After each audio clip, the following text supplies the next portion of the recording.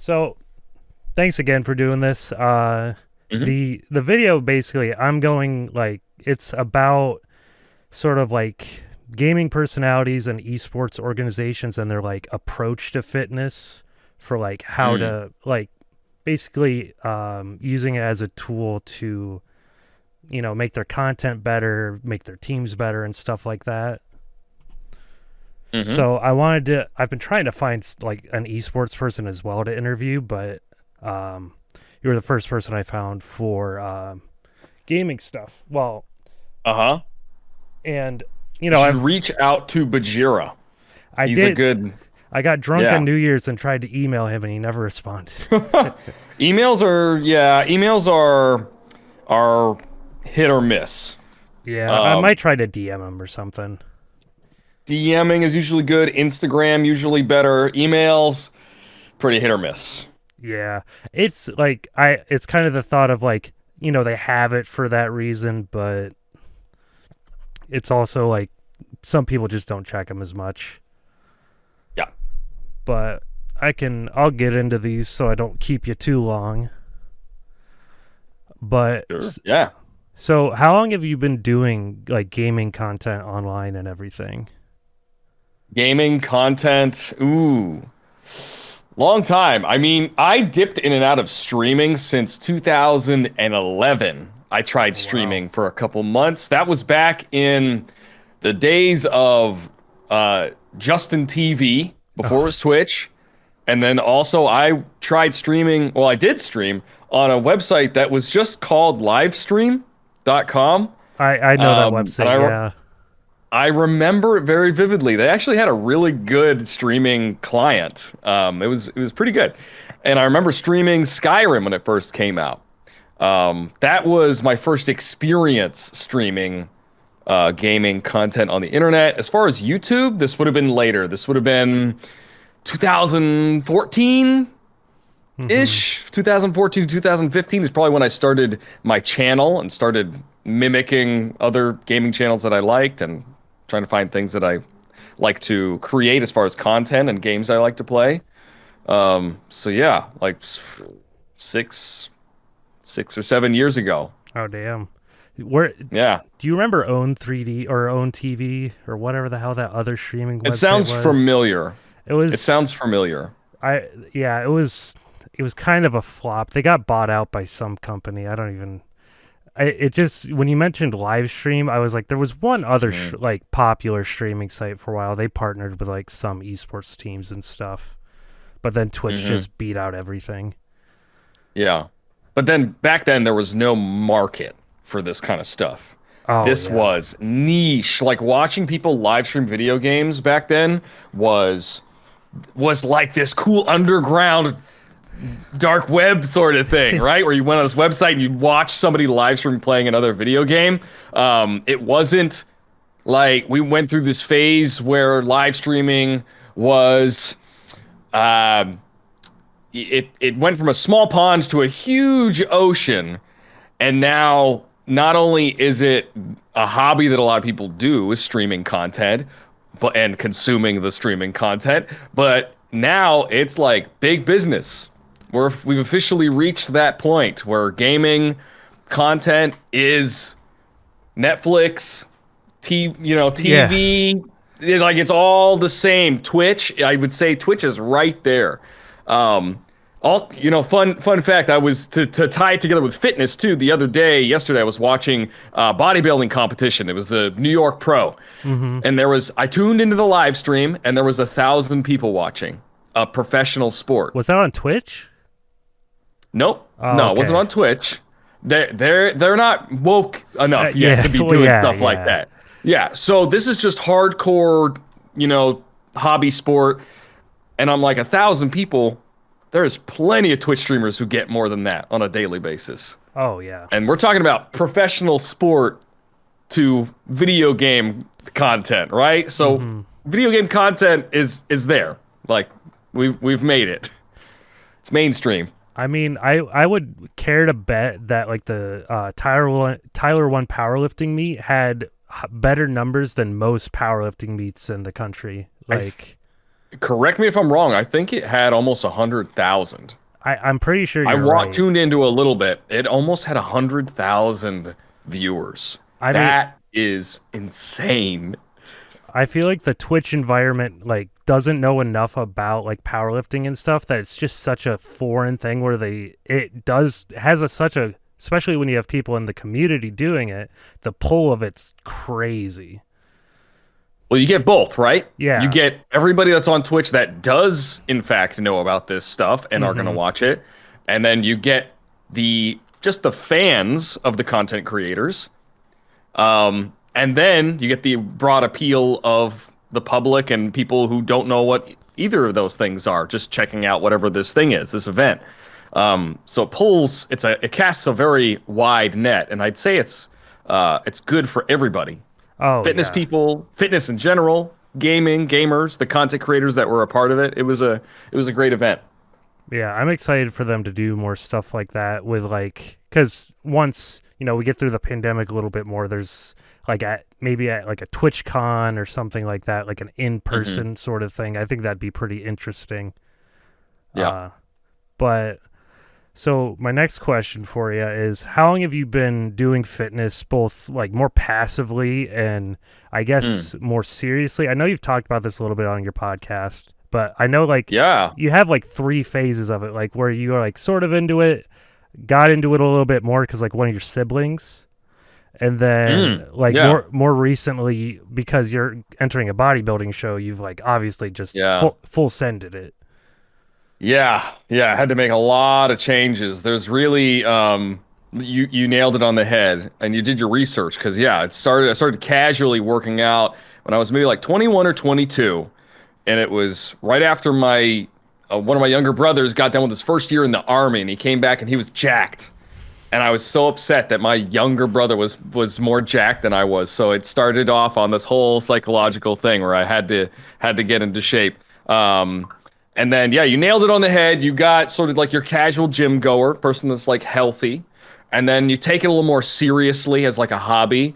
And Hmm. then there's this elite level of intense effort that you have to not only be as fit and muscular as you possibly can and strong, but everything has to be optimized in such a way so that you can reach not only an awesome condition but your peak condition, which scares a lot of people to go after a goal like that because that's a lot of pressure. How about you go look the best your body's could possibly look ever. Like, why don't you try to reach the summit, the pinnacle of what you think your body can handle and do, and then compare your best with other people's bests? That's a lot.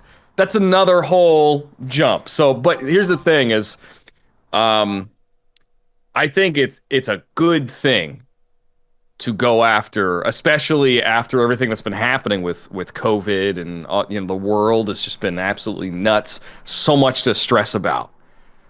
So having a goal that seems like a lot, but is definitely attainable, is nice to chip away at. So you have something to focus your energy on, and no matter what happens in the world, you're getting better at something. You're improving something about yourself. So that was my desire to kind of go from like being kind of in shape to I gotta be the best that I Hmm. possibly can be. Here's the day it has to be done by, right? Yeah, Because a lot of people set goals, but not a hard goal. setting the date is super important. Like Yeah. I remember like when the pandemic first started, that's like I had that same sort of mindset with I like before the pandemic, I had lost like 80 pounds or something, like within like a year and a Jeez, half. significant. Wow, Oh that's a yeah. lot. And then because That's a lot. I finally wanted to hit like the 100 pound like loss mark just like for like a personal goal thing. And Mm-hmm. because of COVID and everything, staying inside, not going out, not eating out and stuff, I lost like a little bit of weight just naturally, and I was like, here's a hard date. I want to hit this body weight by that point, and I got super strict with Mm-hmm. like, training and eating and all that stuff, and I was able to I hit it like I think like 2 weeks earlier than I was expecting. And like Very nice. it's nice to like you said, in these sort of trying times, it's good to have a goal to like reach towards that's attainable, that maybe the situation helps you attain because of the circumstance. Exactly. Turn a negative into a positive somehow. What did you start at? What weight did Uh, you start at? I went from 280, 285 ish, and I ended. I think the lowest weight I've been at is like 179. I'm at like 186 right now. Good for you. That's a big boy. Oh That's man, it was. Oh yeah. that's a lot of poundage, man. 280 pounds, especially if you're not really tall, like huge, Oh no. enormous. You're Yeah, I'm yeah. freaking It's that's 5'11". so that's Like, so much weight. yeah, I did that mostly weight training and like Nice. dieting. Like, so like Yeah. compared to most people, like I feel like who have that extreme like weight loss, like I've from doing comparisons and stuff, like at least when it comes to loose skin and stuff, I definitely have less compared to most. Right, because you're building muscle as well Mm-hmm. as losing the fat. Yeah, it makes sense. Good for you, man. Thank That's you. awesome. It's a lot of Uh, weight. so what like I don't think I've really heard too much about this on your podcast specifically, but like what like pushed you to start the podcast in the first place? Ooh, couple things. That's a good question. Why did I want to start a podcast? So, first answer, easy answer, is I love podcasts. And that's because before I did anything else, streaming, YouTube, anything on the internet, I Mm-hmm. actually got my start on the internet on podcasting. I had uh, I had three shows, and the first one didn't really go anywhere, but it was fun. And what it did is it improved the way that I spoke. I was able to uh, speak more clearly, enunciate, and express myself better. It improved my social skills, and it also taught me a lot about uh, communicating with people. And Mm-hmm. so that was, and it was exciting to talk about topics that I like to talk about. So if I liked something and got into something, I'd start a podcast about it. And then I had a fairly popular podcast. This is my first experience of being on the internet, and people knew who I was, which was at then it was a very strange concept. But I Mm-hmm. had a podcast about a game called Guild Wars 2. It was an MMO that came out way Oh long yeah, time ago, I play Guild Wars 2012. too. Yeah. Yeah, so I had this podcast on Guild Wars 2, and it was pretty popular. Like we would on average get about 10,000 listens a podcast, and from doing nothing, right? Just like playing games and being a average Joe to putting out content in the form of podcasts, and then having people like join the guild in the game, be like, "Hey, fan of podcasts, blah blah blah." That was all like my first experience with doing content on the internet and people receiving it and liking it and giving feedback. So that was before I did YouTube, did Twitch, did any of that stuff. So there's a place in my heart for podcasts, and it's podcasting can be a little bit tricky because it involves other people. Mm-hmm. Schedules can get in the way. A lot of people don't want to take out, an hour or so of time out of their day to sit down and talk about something. It's to me that's ridiculous, but that's how our our internet culture is these days. There's not a lot of desire to commit on stuff like that. But me and Wellen both have a very, very shared love for fitness. We're both content creators, and I reached out to him one day and asked him if he would be interested in doing something like that. We did a pilot episode, we tested it out, and we've just been trying to do them every other week or so, and trying to be getting them in as much as possible, and just talk through what we've been doing. I'd like to talk more about content creation and gaming on our podcast, but it's tough because we're definitely still at this stage in the gaming sphere where a lot of people can relate to gaming. Not as many people can relate to check out this cool dumbbell exercise that I've been doing to increase my upper pec activation. You know what I mean? Like Yeah. no one is gonna be like, oh, tell me about it. I want to know. Like, no, that's not when like Fitness is a niche within the gaming atmosphere. And maybe even vice versa. Like in the athletics fitness atmosphere, gaming is also such a small part of that.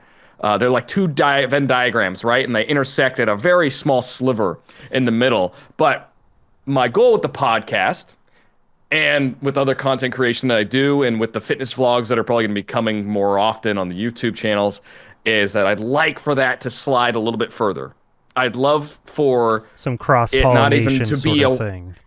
Exactly. I'd love to inspire more people in the gaming sphere to think of working out and being fit not as like this special ability some gamers have, where they can just get ripped and be awesome. Like everybody can do it. I think it's just, it needs to be a shift in mentality, and it'd be cool also vice versa to get into the fitness atmosphere and say like, hey, gaming isn't just like this silly little thing you do for a half an hour or every couple days as entertainment. Like it's also as much a lifestyle as your bodybuilding or your gym going or your eating your meals or whatever. And they're also surprisingly pretty similar. Mm-hmm. Video game progression and fitness are very, very similar if you break all the steps down at what you have to do to make it successful. So that's what fascinated me. That's what I was like, got to make podcasts about this. Got to talk. We need some time to iron all this stuff out. I remember Bajira mentioning on the episode that he was on with you guys about like progression, because it was my next question kind of goes into this a little bit. Like, what do you think from either fitness or gaming, like one or the other, has like similarities that have helped the other one? Like I remember Bajir mentioning like with WoW, there's the grind, and it's a very like as you progress, it gets more difficult and it takes more time to progress. And the same sort of thing happens with fitness. Mm-hmm. And like, I guess, what's your take on that sort of thing? Yeah, it's a good comparison. Progression and grind. We can start with that because that's a very good comparison. It's a very good specific comparison. And the grind in particular, what he's referring to is if you want to, he does a lot of PvP in WoW. It's PvP in any game that works the same way relatively. You're playing against other players. If you lose, your quote unquote elo, like your ranking, goes down. And if it goes down enough, then your actual rank goes down, and that's your skill level. You win, your elo goes up, and what he means by grind is you just have to get those games in. You gotta play, and get better and better and better, and learn and learn and learn. And you're gonna lose. Some days you're gonna lose, but you want to try to win as much as you can, and that's your progression. That way, one day you'll be at another rank. You'll be better. You'll be higher up. Mm-hmm. Now the same thing goes with fitness. You don't want to take too many days off, right? Like you don't really want to work hard for 3 days and then take a week off, and then work hard again for a day or two and call it like I'm doing my best. It's like, no. If you want to really take your fitness to the next level, it's a grind. Mm-hmm. It really is. It's a work hard every single time. Some days it's going to suck. Some days you're going to feel awesome. Some days you're going to notice your progression. Some days you're going to feel like, why am I even in this rank? Why am I even here? I even have days like that too. Like some days I'll be in the gym, I'll have a tank top on, I'll look awesome for whatever reason. Million variables, just like gaming. You could do well or you could do good or bad in a competitive game for like a million reasons, and there's no way for you. You're like, what's the thing everybody says? I have no idea what's going on today. I'm just like hitting headshots. I'm just like doing whatever. I'm doing great. Or I don't know what's going on today. I just suck today. It's the same exact thing. But it's important that you keep grinding. Mm-hmm. And the other reason why this comparison is so important is because the grind is not simply putting the time in. Because if you queue up for competitive game in whatever video game you're playing, and you're relaxed and you sit your chair back and you're just hanging out, you got music going, and you're just kind of going through the motions, and you're not really putting a ton of effort into it, and you're not trying to learn about everything that you're doing. You have to be in that given moment. Game like to figure like in both fitness and in a game you're trying to, be advanced in. You have to put in the effort of both mentally and physically progressing. Yeah. 99% of people don't you don't learn on accident, right? Yeah. It's very hard It's to conscious. learn something on accident. Some people, not the 1% super genetically gifted The in both naturals. gaming. Yep, in both gaming, fitness, whatever. Some people just pick up a video game and they're the best rank and they don't even think about it. That does happen.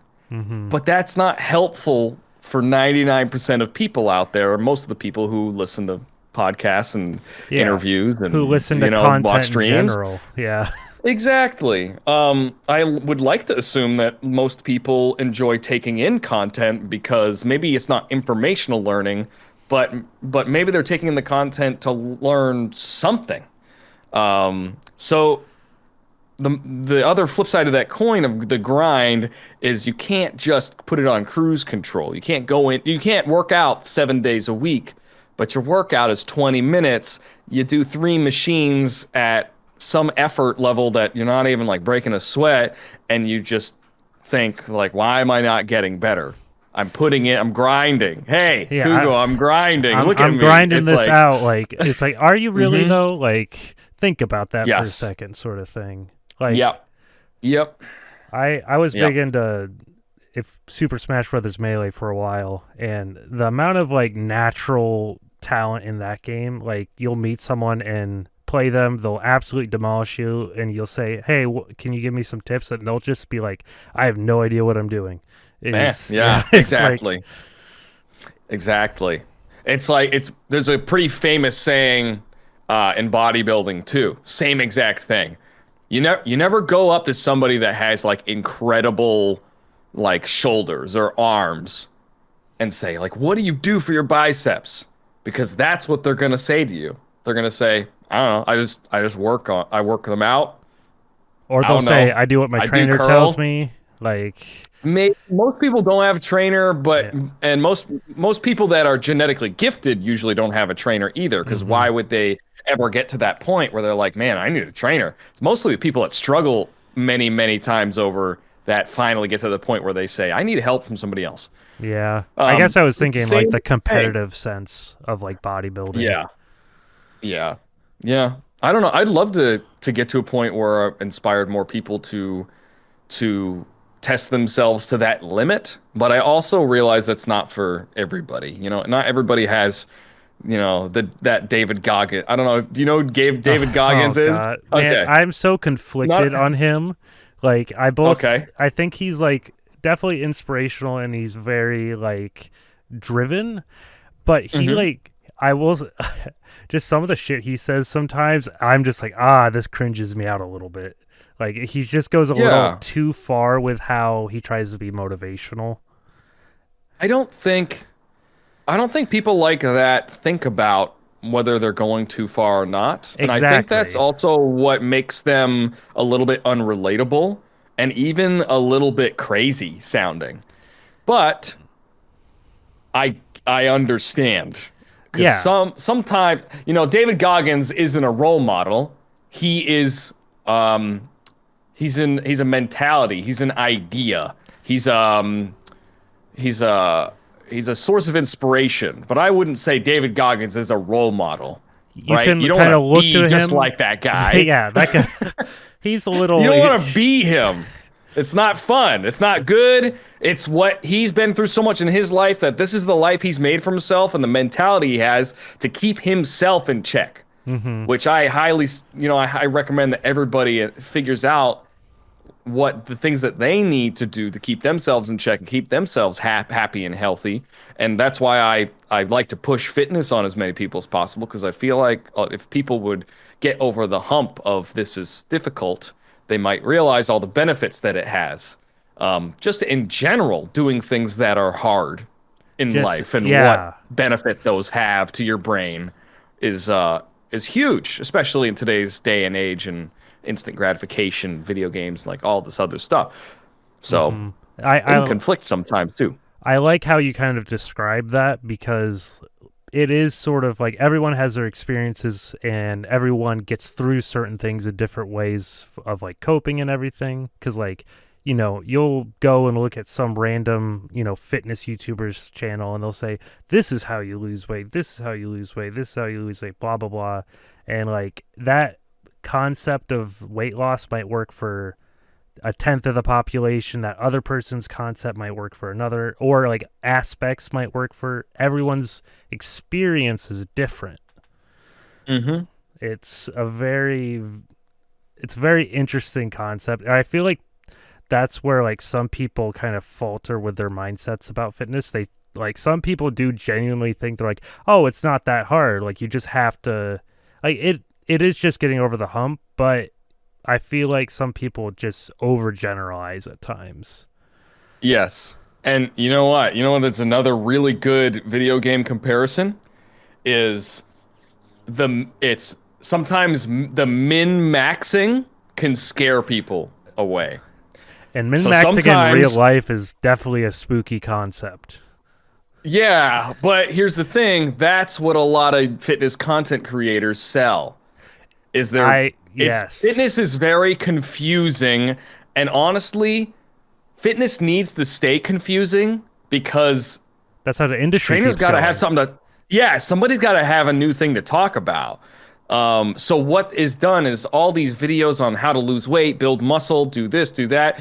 They're all just an idea that's sometimes just repackaged and stolen from somewhere else, which happens all the time. But it's most of the time it's just an idea that is sold to the public as you must do it this way.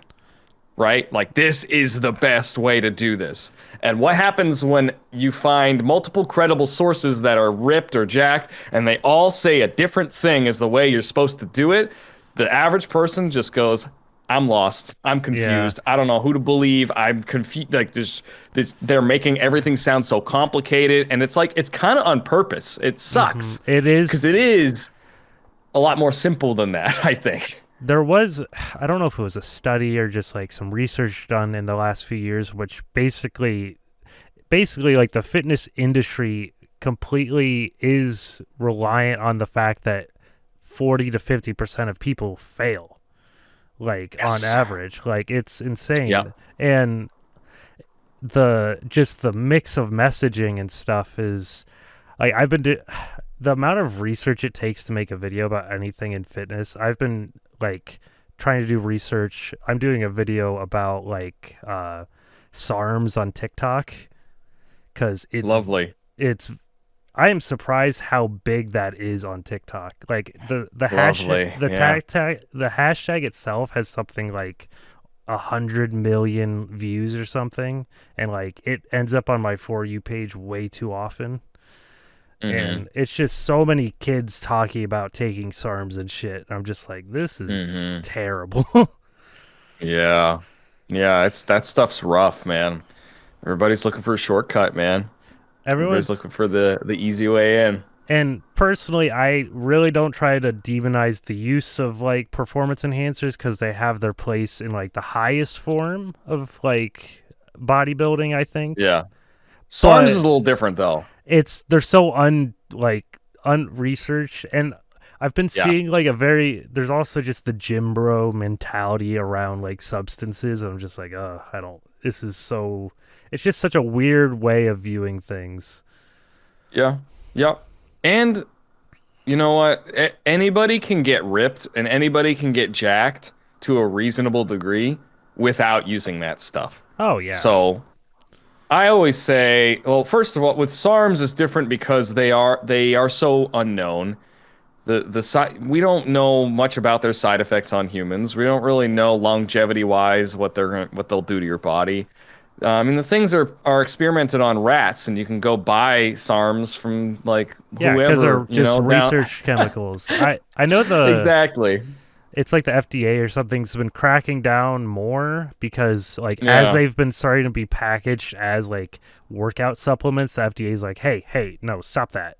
Like, Yeah. because obviously that's bad, but like it's still I've been like watching some videos of like certain people who like are in the industry of selling SARMs and stuff, and it's just trying to get like a full view of it. And it's still real sketchy.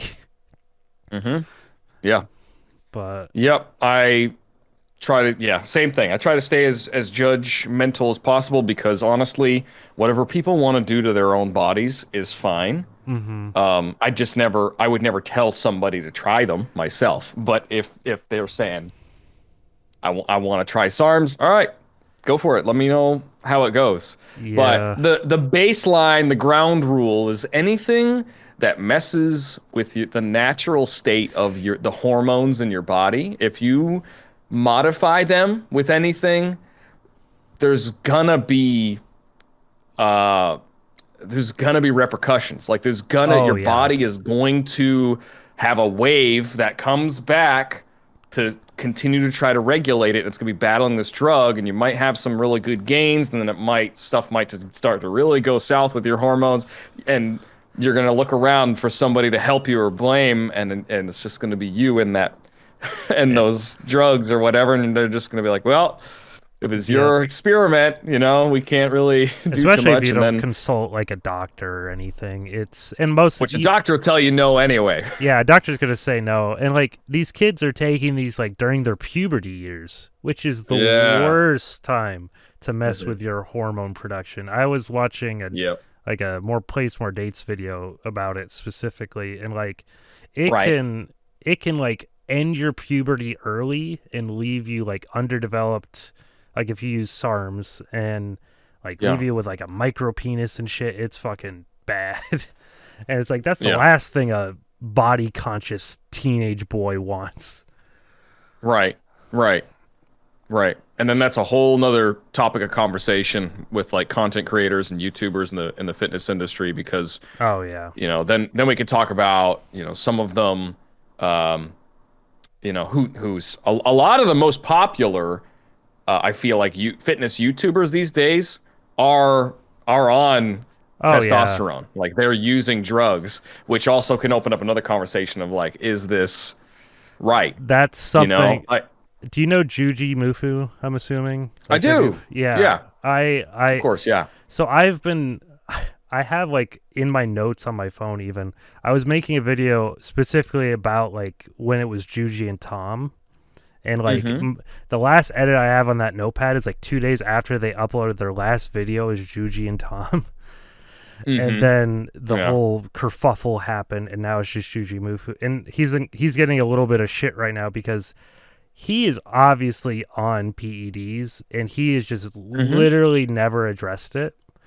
And like he just had a video about like how he's at his heaviest weight or something, and throughout he talks about his diet and all this stuff, never mentions like any sort of PEDs, and it's just obvious that his weight and like muscle increase has to be attributed to PED use. He's almost he's like in his mid-30s. Like it's just it's very Yeah, it's tough. The biggest issue is that, I mean, above all, the stuff's illegal, right? yeah. So why I know that people feel like there might be an ethical or moral ground for you to Like say something. to say something, to put an asterisk or state something in the description or something. But for them, there's a lot more at stake. Legal There's a lot more on the repercussions and line, stuff, yeah. that if they leave a bread trail of proof of something that is not 100% legal, and it's a part of their business and their well-being and their life, most people are going to push that to the side and just say, like, you should just assume by looking at me that I'm taking stuff and that I'm not just eating broccoli and chicken, in order to keep their livelihood alive. Yeah. It's like, I mean, it's like that's why like they're Kai not going to Green trade a still- gesture. Kai Green still claims to be natural, and it's well, he's in like India now or something, I think, but because he was still in the States. But I think that's why, Yeah.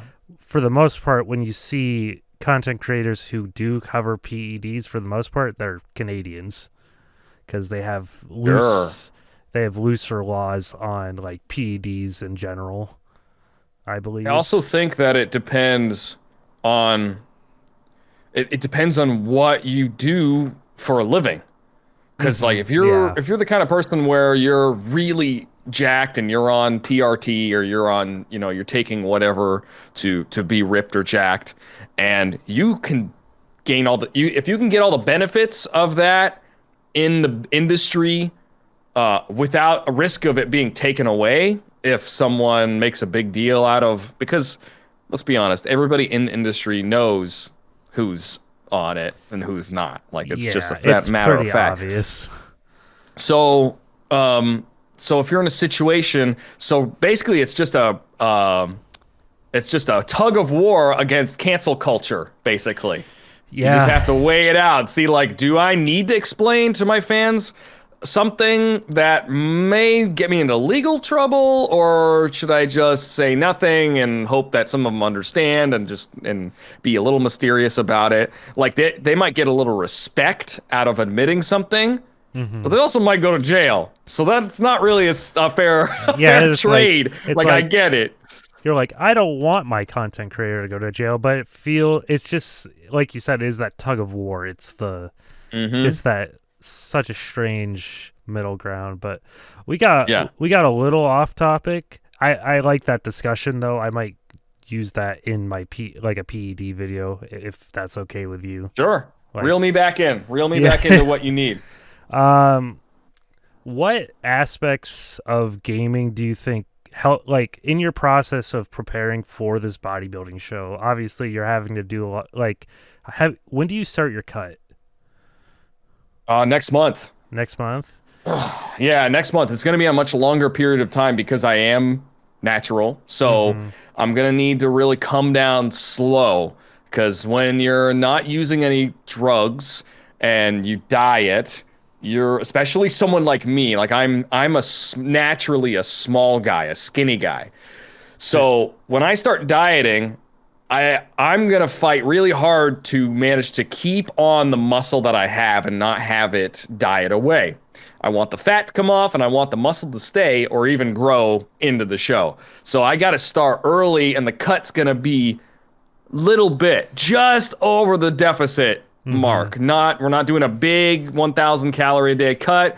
It's just 200, maybe 300 calories until I find I'm starting to drop.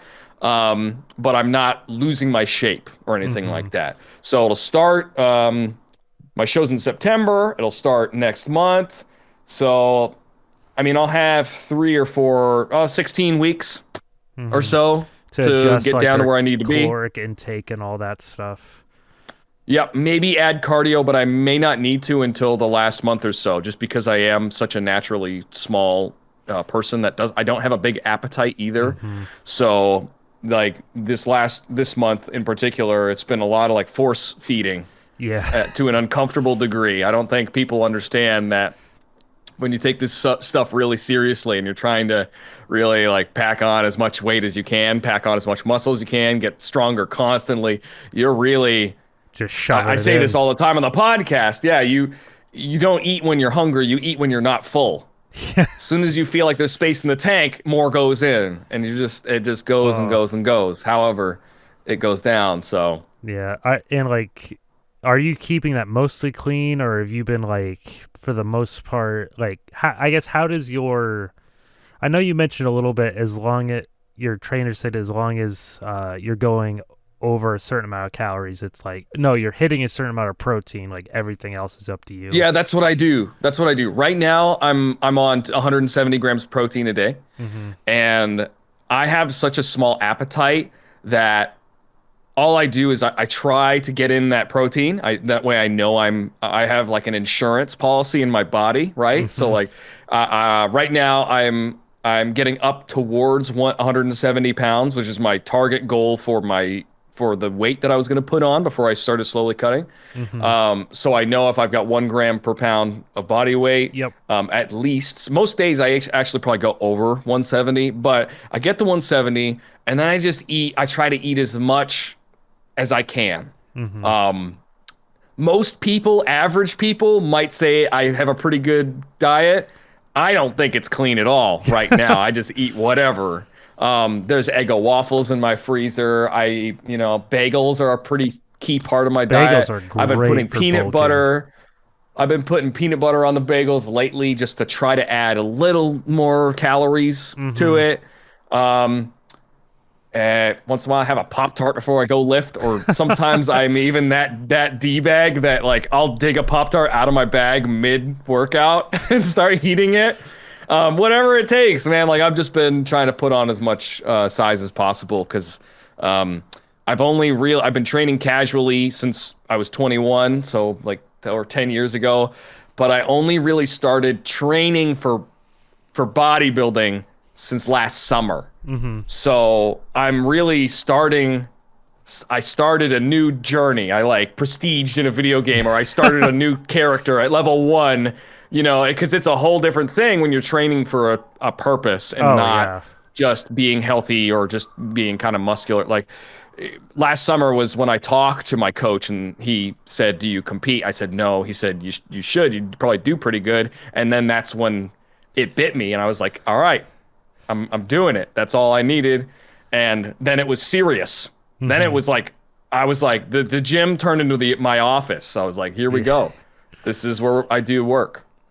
But yeah, and then diet will be mostly I assume I'm probably eating like 3,000 through 3,500 calories a day now. Mm-hmm. I will probably go down to 3,000 my first week in April, May, June. And then if I'm losing about a half a pound a week, that's kind of my goal, is to lose a half a pound a week. Just come down by a couple hundred calories per day and then adjust my diet accordingly. Just maintaining the protein intake really high. That's Mm-hmm. it. Yeah, that's really important. I remember when I was doing Yeah. like my weight loss, I was I was like one of those dumb people who just did like chicken, broccoli, rice sort of situation. But that's what, like, on our topic before, like what works for you might not work for somebody else. Like that's what worked for me, so I just did it. And I was eating like 250 grams of protein a day or something ridiculous. And Mm. but I'm also like I have the appetite of a 300-pound man. Uh, So it's a little bit more relatable, I think, with most people. I think most people tend to eat less than they want to eat on a daily basis. yeah, I like because I eat high volume, like everything. Like I got the smart pop and all that shit, and I also can't like. I'm a very easy put on the fat sort of person. So Okay. like even like I work out 6 days a week. I'm at like Mm-hmm. 2,200 calories and I'm in a slight Mm-hmm. deficit, and I get like Yeah. 10K steps a day, and Ooh, yeah. that's like I might lose like a little bit of weight, or I might stagnate around that at 2,200. Like Mm-hmm. I usually have to go under 2,000 to like lose any weight. Yeah. Yeah. For a typical adult male, yeah, that sounds about on the money, right Yeah. around that area. Especially even with exercise. It, It can depend, everything. There's a lot of variables, obviously, it's but yeah, it's a lot to try to balance. It's just all kinds of screwy. But so I guess what sort of from like your kind of gaming and content creation background, do you think anything from that like that you have applied to the process of bodybuilding? Like do you think anything you could take from like your gaming background has helped you into the process of bodybuilding? I guess it kind of like the progression sort of mindset mm-hmm. would be kind of Mm-hmm. tied to that. Mm-hmm. Yeah. So I'll give an example of something that because I could obviously um draw the same comparison of like leveling up, getting experience, all that stuff in those kinds of games, MMOs. Probably at the beginning of my fitness journey, I was heavily inspired by MMO progression because of how many things, MMOs when you're a character playing in a game where there's a whole world of things for you to do. Mm-hmm. For a new player, it's pretty confusing. It's just like fitness. If that someone's not worked out before, they see the gym. It's like 2 stories of all these machines and crazy stuff and people doing these weird movements, and you're just like, I don't even know where to start. And like that guy over there is jacked and terrifying. It's like watching a level 60 walk by when you're a newbie and they got all this gear on. You're like, oh my god, this guy looks crazy. I'll never be like that. Like I'll never reach there. Those are the obvious ones. But I think what I've learned recently, which is pretty cool, I learned a little bit more about what it means to have experience, and also sort of tag teamed that idea with like muscle memory, because recently I thought I got COVID 2 weeks ago. I actually got a really, really bad flu, and I lost 5 pounds. Like in 3 or 4 days, I just dropped 5 pounds of not necessarily all muscle, but definitely like muscle volume, like glycogen, and like everything depleted, and I looked like garbage, man. I felt terrible. But the thing is I got to a point where I was feeling good enough to train at full capacity, maybe about a week and a half after. I trained for about a week, and I blew right back up, like almost immediately.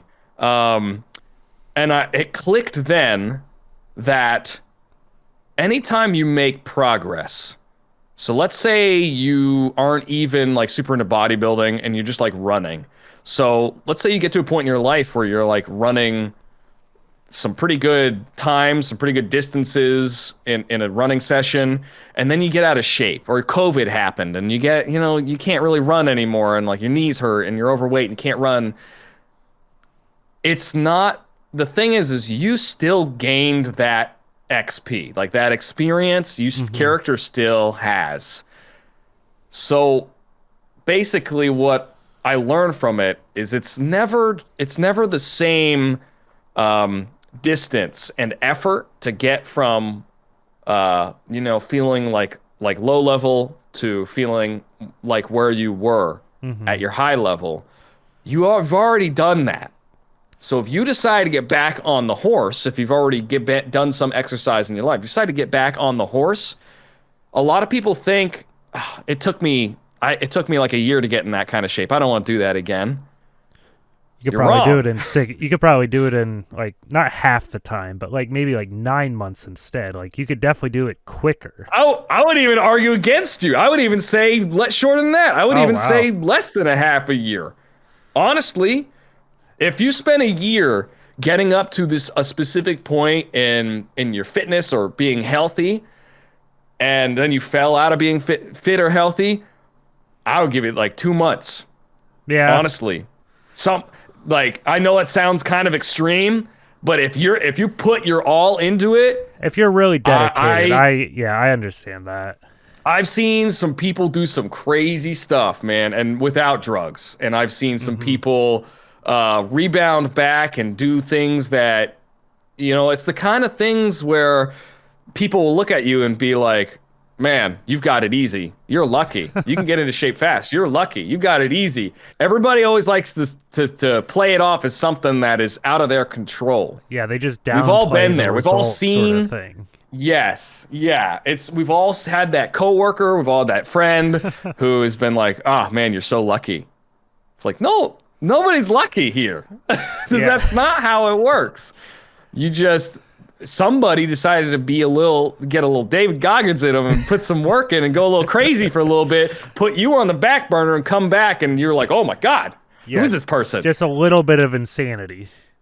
Yes, you need it. Yeah. Some people do need it. A little bit of change, and people don't like change. Yeah. People don't like change. It's definitely I mean, before I put on my weight, I was in like sports and stuff in high school, so I definitely understand like that muscle memory. Like I remember getting back into the gym and being like, at first it was a little bit of resistance, and then it kind of just blew the door open, and I was like, oh, okay, I know what I'm doing. I can take care of this sort of thing. Yep. Exactly. So just to reel back to the topic we were talking about, experience is not something you lose in real life. And it's purely you applying the knowledge and the same actions that you've done before, again, in the ways that you were successful at in the past. That's it. And it's it's never as hard to get back to progression as you think it was, or the first time that you did it. Same with gaming. You know, level 1 to max level in any video game that has levels one time, right? Time it, and then start a new character and level again to max level.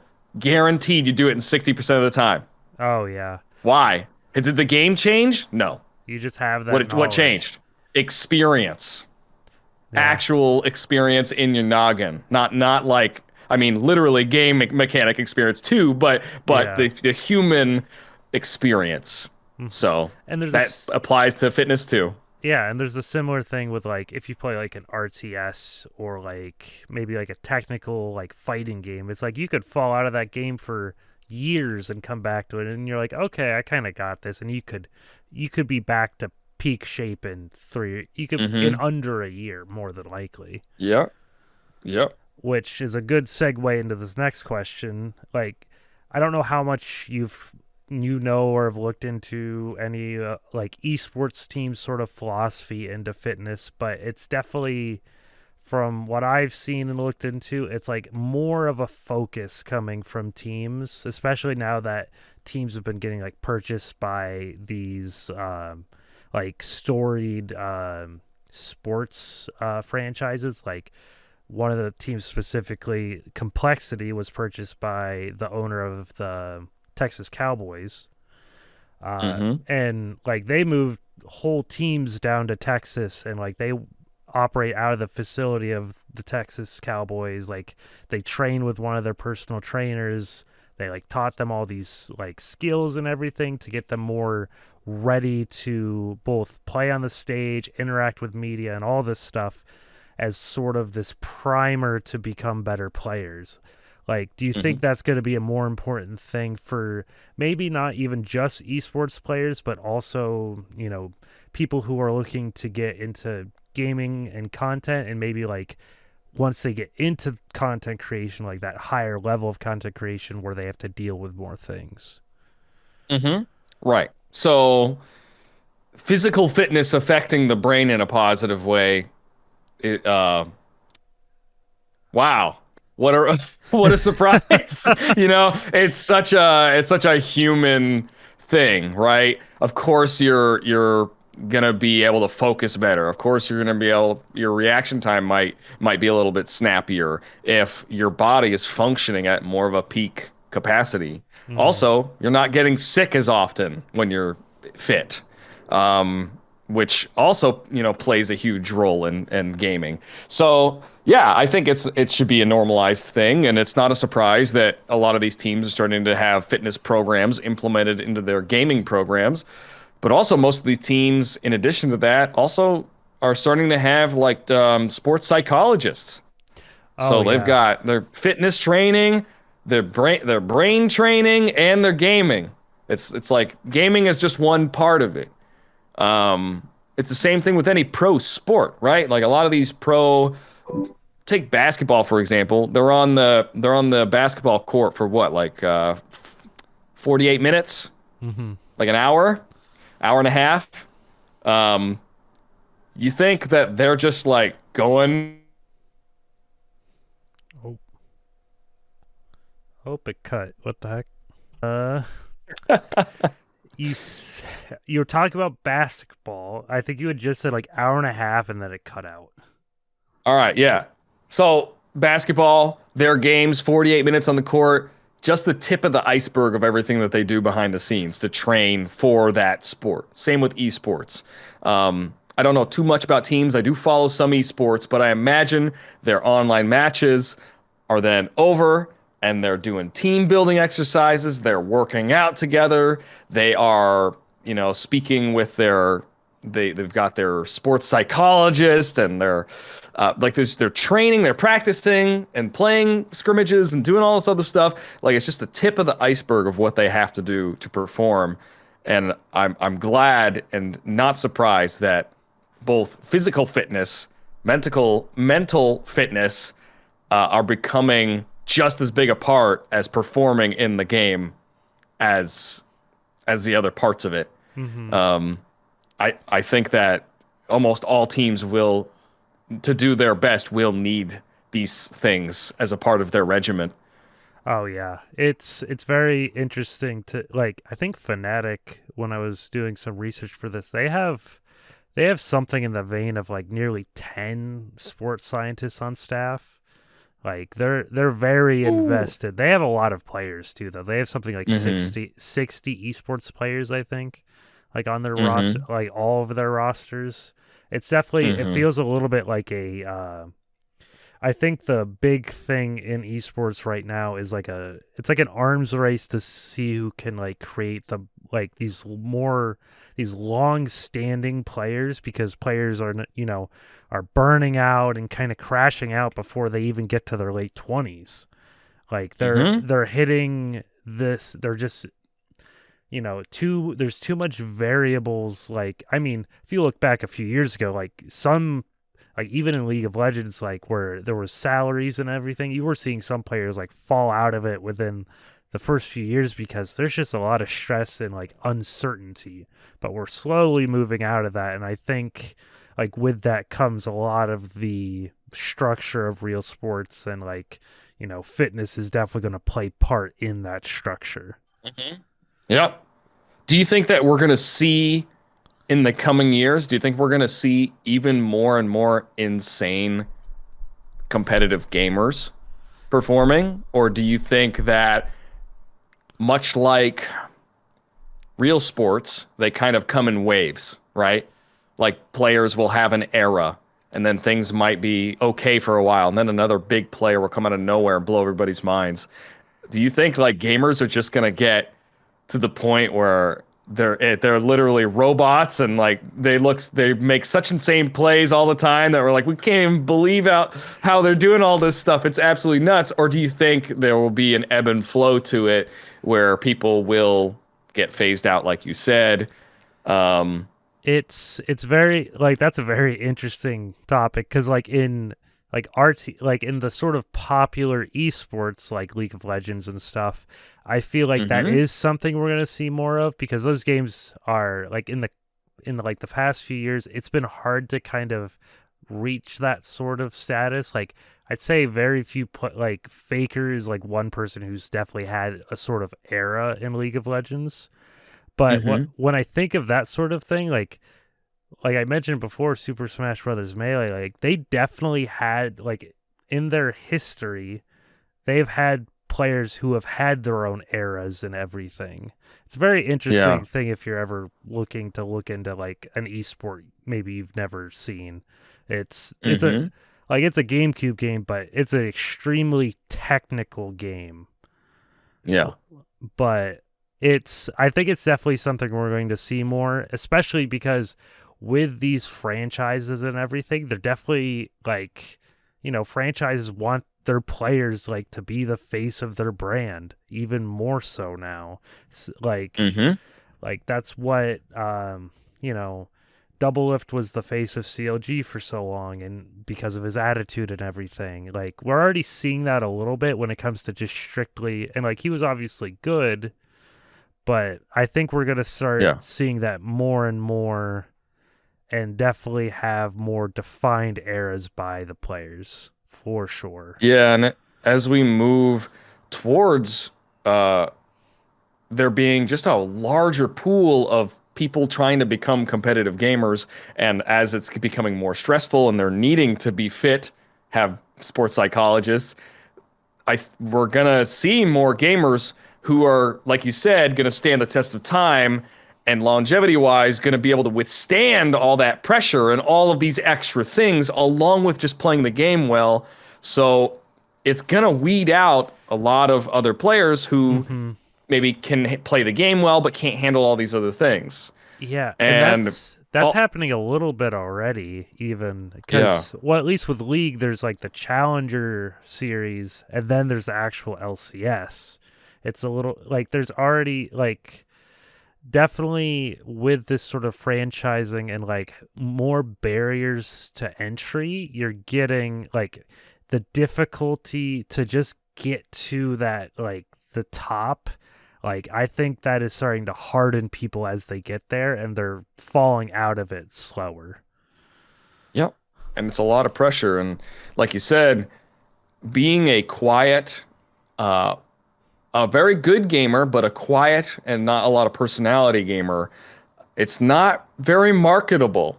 Oh, So a yep. lot of teams will indeed, just not unlike other real sports too, will take on players that are pretty good, but are basically like built-in mascots for Hmm. the team that will be able to give their team a lot more publicity and excitement and a reason to watch them as Hmm. opposed to just performing in the game well. But when you do stuff like that, that also is a lot of pressure to be pushed in the limelight like that for a long period of time. And there's always a you got to progress, right? That you Hmm. can't just like stay the same at the game. You have to get better and be more extreme and be more of a face of the company. Like there's a lot. That's what the company wants, right? They want to Hmm. squeeze it for all it's worth. That's what how companies work is Hmm. profit. Yep. So it's it's not as easy as people think it might be to be a professional, even a gamer, right? It's Yeah. there's a lot to it. Yeah, you have to make even, especially if you're like, even we can kind of bridge this point back to like your own brand, like your own like you're making your own content. You have to do things that might make you uncomfortable. Like it's if you want chances, you have to like for one thing you have to have consistency, but you also have to put yourself out there and like I f- I feel like I've been learning that with content creation because I am definitely more of an awkward person, but I know this is something I want to do, so I know I've had to do like I know I'm going to have to do more things that I guess put me in an awkward situation, but in the long term, it's like a net positive thing for me, and I'll learn from it. And sooner or later, like the anxiety from those sort of things. It's like you're building a better person in a sense by putting Sure, yourself through these stressful situations. sure. You got to think about it. You got to zoom out and think about it on a broad scale as well. Exactly. Regardless if you're an awkward person or not, if there's something in you that you feel like you got to do, if you feel like you got to get something out, be creative, do something, you you have to do it. It's not even a choice because honestly, if you don't do it, you're going to be way more unhappy than if you do it and it sucks or it's awkward. Exactly. You'd rather fail than Because do nothing. so imagine this world if everyone was too afraid to do the thing that they wanted to do. There would be no Michael Jordans. There would be no, big esports personalities. There would be no nothing. Yeah. It'd be a horrible place. We would all be part of this like big machine where nothing really inspiring was happening. It'd be all Um, mundane. sometimes the inspi- sometimes the inspiring thing is seeing someone awkward trying to do the thing they want to do. Hmm. You could be the spark for somebody else just by trying. So you never know. Yeah. It's definitely it always feels nice to see people doing creative things that it's like, wow, I want to do that sort of thing and being able to kind of look at what they do and kind of use that as a learning experience to then go off and do your own sort of thing. Um, Hmm. it's been like I've been in I've been watching gaming stuff since God, like I've been on YouTube since like its inception basically, but like Hmm. I've been watching gaming stuff since like the early late 2000s. I've been, obviously gaming longer, been into fitness past 3 years probably. And like all that time, I've just been seeing people do all this stuff. And I'm like, I might not want to do exactly what they're doing, but I want to create something that kind of instills that same sort of like positive nature into maybe somebody Hmm. else. Yeah. Yeah. You might not even know what it is yet. Yeah. Um, but all you know is that there's something in you that you got to get out. And When you know, you know. You just got to keep trying. That's it. Hmm. That's it. It's very simple. Yeah, just expression in general. You got it. Well, that was my last real question, but thank you so much for doing this. Like, was just some random email account that emailed you with a YouTube account with 15 subscribers. So that was. Yes, it was. But you know what? Sometimes when you're, sometimes you got to do some things that aren't exactly comfortable. Yeah. And I think this conversation was a net positive. So you're all good, man. Hey, man, that's great for me to hear. I had a lot of anxiety up until this point. So, but yeah, thank you so much again. If you ever have like need any help with any sort of fitness content or anything like that, hit me up and like for like research or anything. I don't know what you're going to Cool. be doing fitness wise, but Are you I the next up and coming Jeff Nippard? oh fuck no. I love Jeff Nippard, but I am not. Yeah, I'm an IT like person like by day, gotcha. so Gotcha. I am no way like this is how your bicep retract. No, fuck.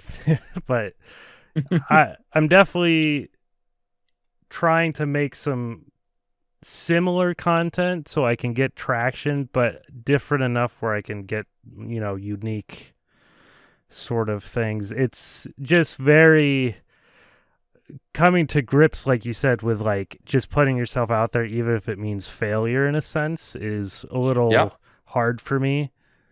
Yep. But just working my way through that. So I'm definitely like I like working with people, which is why doing this solo has been a little awkward. Mm-hmm. But and especially with a new channel and everything, it's not like you can just be working with. You have to find like people of all different sizes and stuff to work with and just build a base and everything. So, Mm-hmm.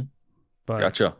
yeah, thank you so much again. Hope you have a good day and all that stuff. I'll keep tuning into all your shit. So, Cool stuff, Hunter. Yeah, I appreciate the conversation. I'm about ready to hit the gym myself. We gotta go get some squats in today. So I gotta oh go god, still get some work done.